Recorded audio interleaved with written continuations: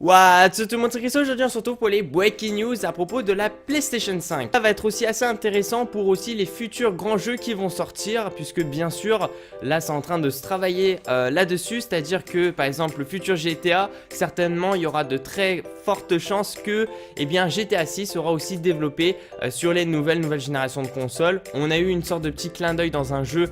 donc GTA 5 par exemple, on peut voir la date 2021 qui à mon avis c'est vraiment lorsque le jeu GTA 6 va apparaître sur les nouvelles générations de consoles. Donc c'est quand même assez important de regarder ça, puisqu'il va y avoir des liens très forts bien sûr entre les développeurs de jeux vidéo et avec les consoles aussi, les plateformes de jeux vidéo. Forcément ils travaillent ensemble et c'est pour ça en tout cas que je vous fais cette vidéo aujourd'hui. Aujourd'hui on va parler à propos de la PlayStation 5, à propos des hypothèses et de tout ce qu'on peut savoir au niveau des informations, peut-être des certaines choses qui sont un peu officielles. Donc on va commencer premièrement avec des hypothèses au niveau du prix. Le prix apparemment c'est 400 €, donc 399 €, ça sera exactement la même chose que lorsque la PlayStation 4 par exemple est sortie pour la PlayStation 5, et qu'il y a deux choses qui sont très intéressantes, mais attention ici ce sont que des hypothèses au niveau de la technologie qui sera embarquée sur cette console là. Les deux grosses hypothèses, la première hypothèse ça sera une technologie haut de gamme, c'est-à-dire quelque chose qui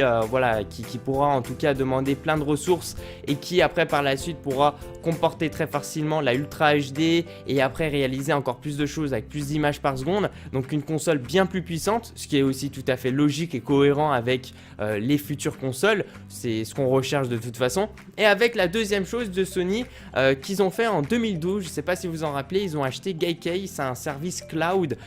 qui grosso modo, pour les gens qui ne connaissent pas, ça c'est la deuxième grosse hypothèse, c'est-à-dire que tu vas jouer à des jeux où finalement les graphismes et tout c'est juste incroyable, et ça va pas demander autant de ressources que ça à la console, mais d'une connexion internet par contre ultra puissante, sachant que vu que la date de sortie de cette console là s'estime pour l'instant en 2020,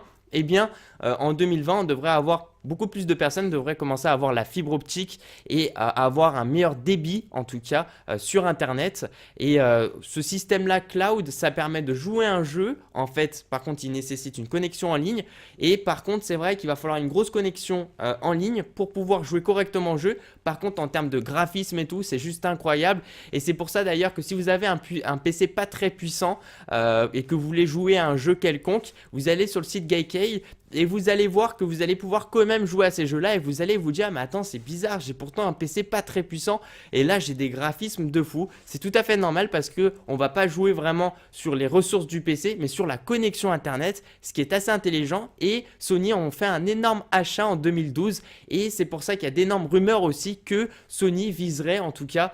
sur ce système-là, et je pense que ça peut être d'ailleurs une très bonne idée. Au niveau des news, on sait que la PS4 est à peine sortie que Sony lance déjà des rumeurs sur leur prochaine console. L'entreprise japonaise a annoncé par le biais de son vice-président, excusez-moi, oh là là, vouloir faire donc de la PlayStation 5 la première console dématérialisée. Le lancement de la PlayStation 5 est validé par Shuhei Yoshida, qui est le directeur en fait de Worldwide, en expliquant par le groupe: on a besoin de consoles encore plus performantes. La PS5 pourrait sortir plus tôt que prévu, l'hiver 2020 ne serait qu'une date limite. Sony est à la recherche en fait de programmeurs pour créer un système de jeu de nouvelle génération. Cela laisse entendre que la prochaine console permettrait une nouvelle manière de jouer. Au niveau des rumeurs, c'est la PS5 serait une console dématérialisée à laquelle on pourrait accéder via tout type d'écran. L'arrivée de la PlayStation 5 serait la fin des jeux matériels pour Sony. Tout deviendrait lié au compte PSN de l'achat à la location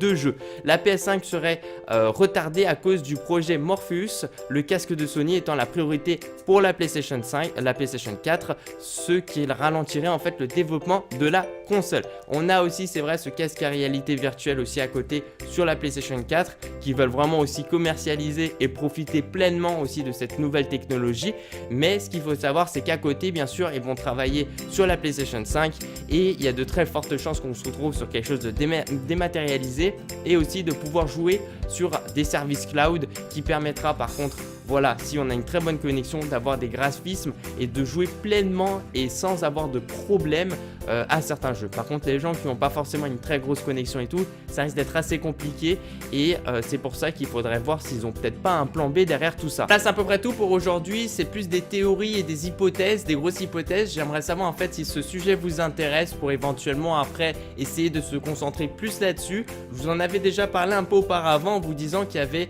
certains fabricants qui ont cité comme quoi ils travaillaient déjà pour la PlayStation 5